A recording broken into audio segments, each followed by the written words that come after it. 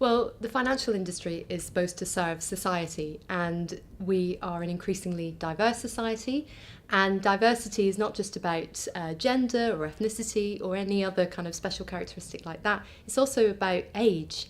And I think that if you want young people to understand the importance of financial management, you've got to have a financial industry that reflects that young demographic. So I think we are starting to realise that, but there's a long way to go. But I'm glad that AJ Bell is part of that conversation.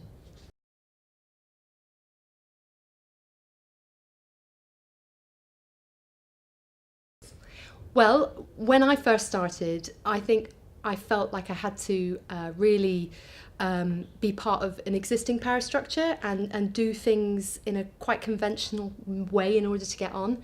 And I realised as time went on that actually I had to embrace my individuality and what made me unique. And I started to understand that the Young Money blog was an opportunity to really breach that gap between the financial industry and young people, and hopefully do something to address the financial literacy problems that we have in the UK. So as time's gone on, I've become more comfortable being myself and putting forward my ideas and challenging the status quo.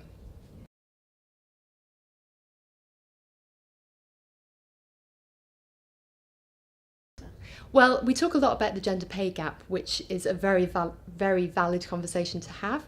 But what we often ignore is the fact that actually women are much more likely to get to the age of 65 and not have an adequate pension, that young women don't invest as much as young men. What can we do to address those problems? I think that the number one step that we can take is for there to be more women in the industry, because naturally they will bring their own perspective and life experiences to bear, and they will also help drive new products and services that will help women. And young women as well need to be reassured that this is an area for them. So we need to be talking much more to them, making them understand that this is something that they can do, that it's not scary, that it doesn't have to all be about maths, it doesn't have to be dry and boring, but actually it's a key part of their long-term financial independence.